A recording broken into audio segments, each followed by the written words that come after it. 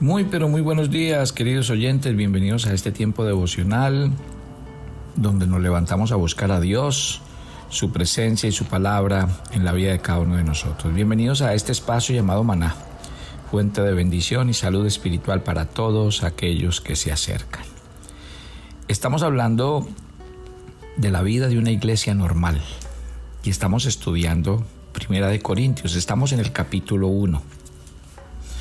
Ustedes pueden leer conmigo el texto en el que quiero que avancemos. Dice a partir del verso 4: Gracias doy a mi Dios siempre por vosotros, por la gracia de Dios que os fue dada en Cristo Jesús. Porque todas las cosas en las que fuisteis enriquecidos en Él, en toda palabra, en toda ciencia, así como el testimonio acerca de Cristo, ha sido confirmado en vosotros. Pablo hace un saludo que es muy común en aquel tiempo. El versículo 3 dice: gracia y paz a vosotros de Dios nuestro Padre y del Señor Jesucristo. Hablar de la gracia es hablar de uno de los temas más extraordinarios de la obra de Cristo en la cruz. Gracias doy a mi Dios siempre por vosotros, por la gracia que os fue dada en Cristo Jesús. Podríamos decir que el primer beneficio de ser un santo, de ser escogido por Dios, es la gracia de la salvación. Tanto el que nos fue dada como el que nos ha sido confirmado. ¿Por qué? Porque la obra de la gracia de Dios en nosotros es una acción completada en un momento particular y definitivo en el tiempo. Desde el momento en que una persona confía en Cristo Jesús, en ese mismo instante recibe la gracia de Dios. El testimonio de Cristo es confirmado en él. Una vez que usted y yo estamos en Cristo, esa es nuestra gracia.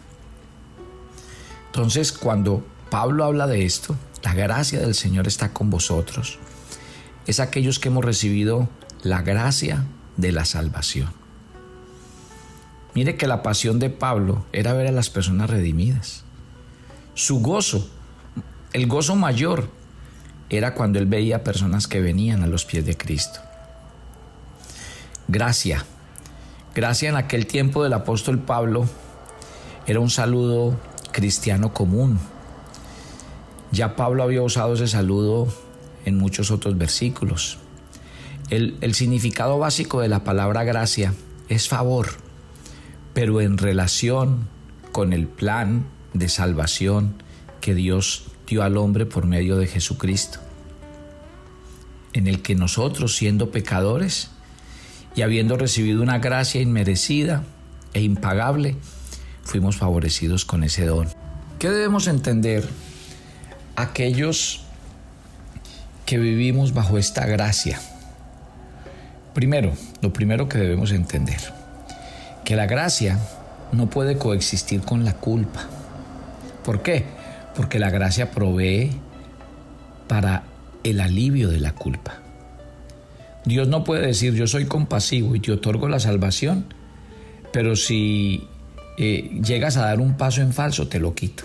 Eso no sería un don de gracia, sino un don legal, condicionado, que podríamos vernos privados de él en cuanto no cumplamos con el requerimiento que Dios toma. Entonces, la gracia no sería gracia de Dios si dijera: te salvaré si dejas de pecar. Porque si nosotros pudiéramos dejar de pecar, no necesitaríamos la gracia, porque nos ganaríamos la salvación, nos haríamos dignos de ella. Si la gracia fuera otorgada y posteriormente retirada por algún pecado que cometamos, no sería la gracia que se enseña en las Escrituras, porque la gracia implica un perdón permanente y no merecido, porque la gracia puede operar solo donde hay pecado. Sin necesidad de perdón no hay necesidad de gracia. Ahora, el hombre no puede escapar del pecado ni expiarlo por sí mismo. La Biblia es muy clara que el hombre es culpable y está totalmente imposibilitado en sí mismo. Pero debido a que Dios es santo y justo y no puede ignorar el pecado, que el pecado debe ser castigado y su paga es la muerte, según Romanos 6. No obstante, ese mismo versículo declara que la paga del pecado anuncia también la manera para quitarlo. Mas la dádiva de Dios es vida eterna en Cristo Jesús, mediante la obra en la cruz. ¿Por qué? Porque Cristo cumplió con las demandas de la justicia de Dios al cargar Él mismo con el castigo por nuestros pecados. Y en eso consistía la suprema provisión de la gracia de Dios. Cuando Cristo Jesús se hizo culpable por nuestro pecado, el precio fue pagado en su muerte. Y una vez que Dios en su gracia actúa soberanamente para perdonar el pecado de una persona en base de su confianza en la obra de su Hijo, esa persona queda libre. O sea que, mi querida familia, hablar de este tema es hablar del regalo más maravilloso que Dios nos ha entregado. Entonces, ¿qué estamos diciendo? Que en la vida de todo cristiano, cada día debe existir la confianza en Cristo como su Salvador. Ahora, vamos a otro aspecto importante. Dijimos, en primer lugar, que la gracia no puede coexistir con la culpa. En segundo lugar, la gracia no puede coexistir con la obligación humana. ¿Por qué? Porque no podemos decir, bien, Dios ha sido muy bondadoso conmigo, me ha salvado y ahora yo tengo que corresponder y devolverle todo lo que ha hecho por mí. No, porque la gracia es un don gratuito, no es un préstamo. La gracia hace que estemos totalmente en deuda con Dios, pero debido a que el costo es tan elevado que nosotros no podemos corresponder con Él. Y debido a que su gracia es tan grande, pues no necesitamos devolverla. En otras palabras, usted y yo estamos completamente en deuda, pero no tenemos esa deuda, porque no podemos pagar por nuestra salvación, ni antes ni después de ser salvos. Entonces, cuando usted y yo miramos la relación que hay entre la fe y las obras con la gracia de Dios, Pablo escribe en Romanos capítulo 1, pero el que obra no se le cuenta el salario como gracia, sino como deuda. O sea que si nosotros, según este versículo, fuéramos capaces en algún momento y de alguna manera de ganarnos el perdón de Dios, eso sería como una deuda. No lo hubiéramos ganado y Dios no nos la daría. Podemos darle las gracias a nuestro Señor. ¿Por qué? Por toda esa gran obra que ha hecho por nosotros. Hacerlo con alegría, hacerlo de buena voluntad. Pero nunca le podremos pagar lo que realmente Él hizo. ¿Sí ven lo interesante de esto? Qué belleza que nosotros en el día de hoy podamos entender esto, lo que significa la gracia. Y por eso Pablo saluda de esta manera: gracia y paz a vosotros de Dios nuestro Padre y del Señor Jesucristo. Gracias doy a mi Dios siempre por vosotros, por la gracia que Él ha dado a ustedes en Cristo Jesús. Esa es la buena noticia, que usted y yo no tenemos que pagar por la salvación.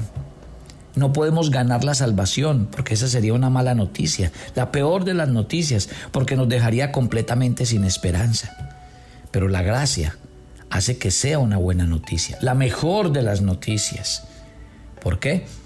Porque aquí es donde entendemos que la gracia ha hecho que no sea necesario pagar por la salvación, que nuestra naturaleza tiene demasiadas limitaciones y hace que eso sea imposible. La gracia abundante de Dios hace que cada día nos acerquemos a Él con un espíritu agradecido. ¿Qué le debemos a Dios?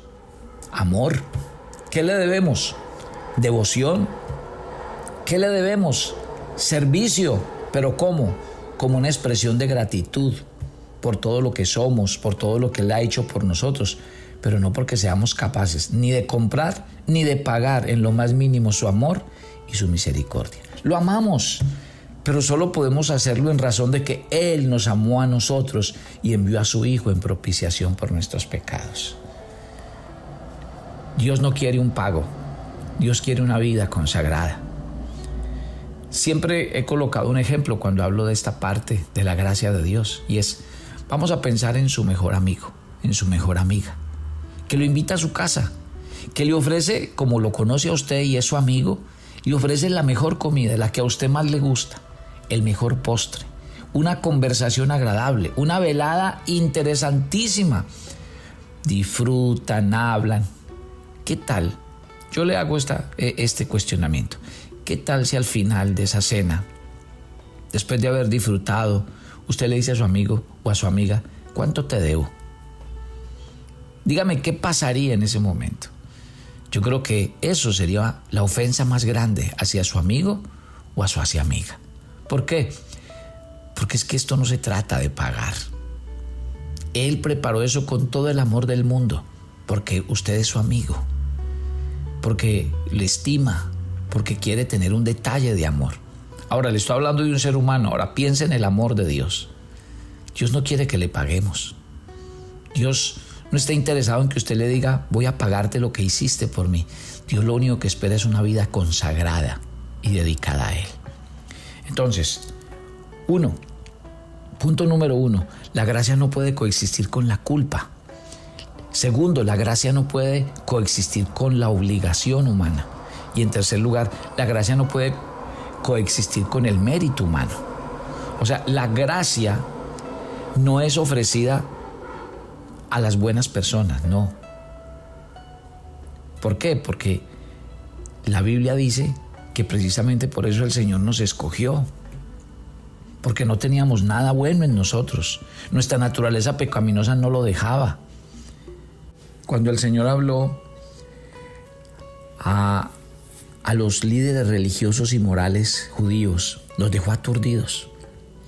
Porque en Mateo 21, del 31 al 32, Él habló de que los cobradores de impuestos que eran traidores a su propio pueblo, eran ladrones, y que las prostitutas, que eran igual mujeres pecadoras, entrarían en el reino de Dios por delante de los líderes religiosos.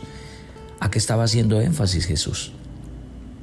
En que cuando se habla de la gracia, no hay diferencia entre una y otras personas, porque la gracia no tiene en cuenta la calidad de las personas, no existe. Durante siglos Israel creyó que Dios los había escogido como su pueblo especial del pacto, porque ellos eran mejores que otros.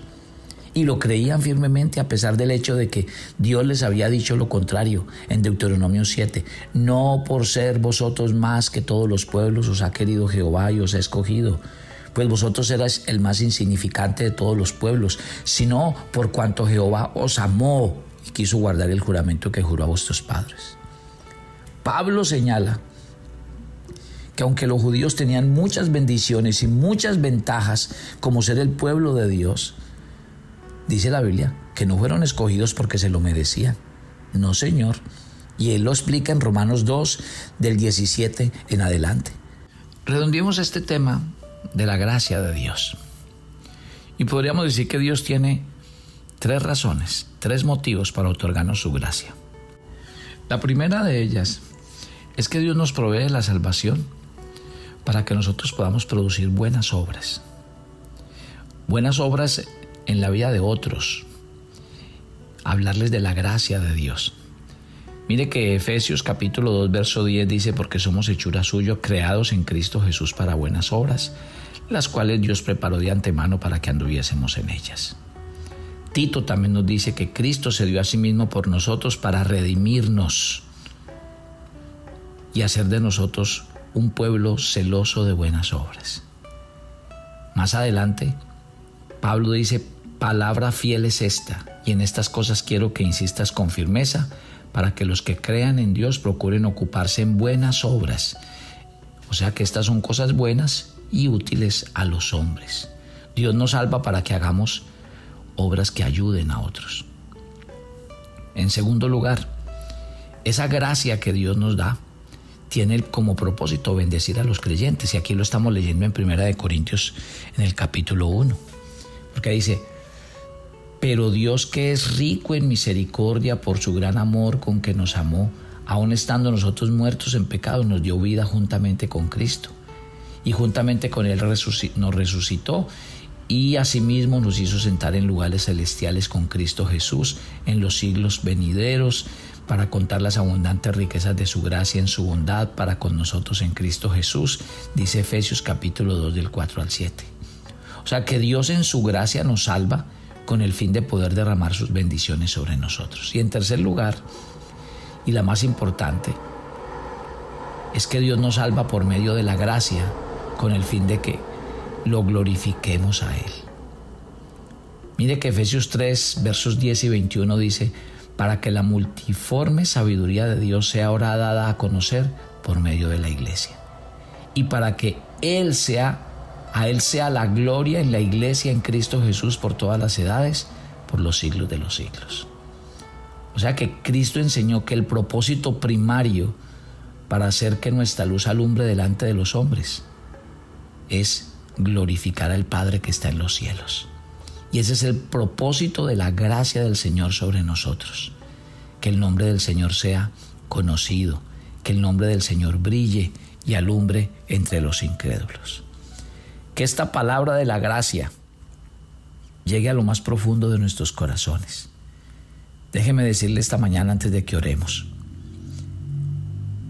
Primera de Corintios capítulo 1, versículo 4. Hay una oferta. Y es la oferta divina de la gracia. Y luego en el versículo 6, la respuesta a la gracia. ¿Por qué? Porque cuando una persona acepta la oferta de Dios, la gracia comienza a funcionar. Todo pecado queda perdonado, toda culpa cancelada para siempre. Y en ese momento, Dios comienza a derramar la superabundancia, bendición y riqueza de su Hijo en cada uno de nosotros.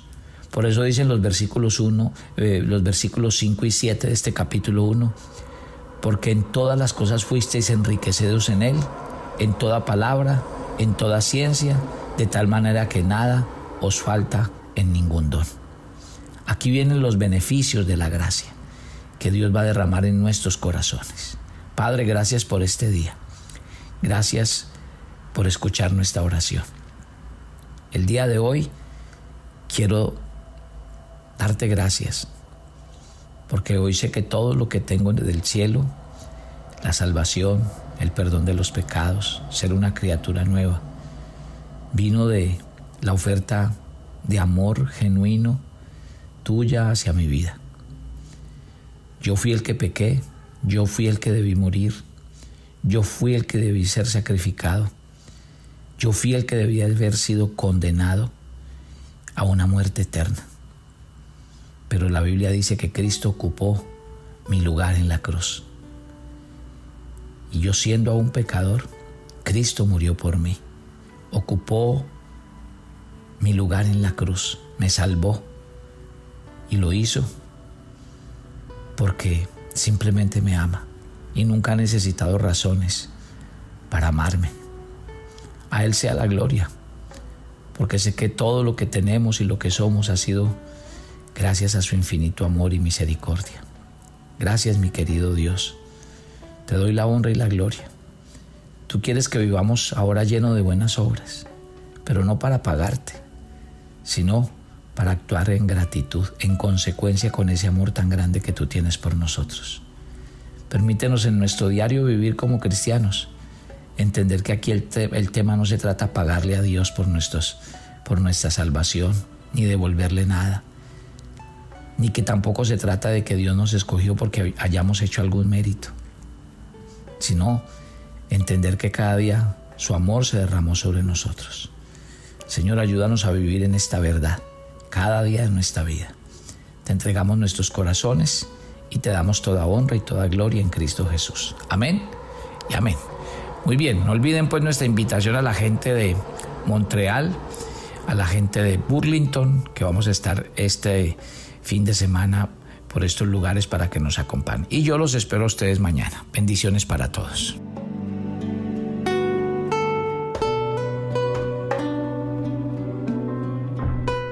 Toma tu agenda devocional Maná.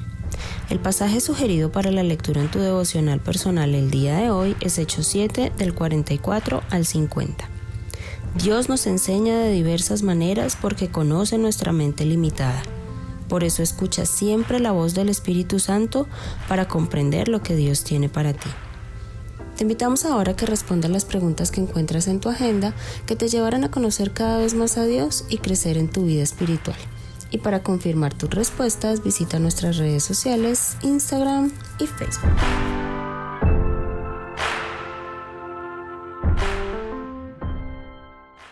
¿Quieres enterarte de nuestros temas, reuniones y devocionales? Suscríbete a nuestro canal de YouTube Devocional Maná y da clic en la campanita de cualquiera de nuestros videos para activar el recordatorio. El maná era diario. Se recogía muy temprano en la mañana. Cada uno recogía según su necesidad y se recogía por familias.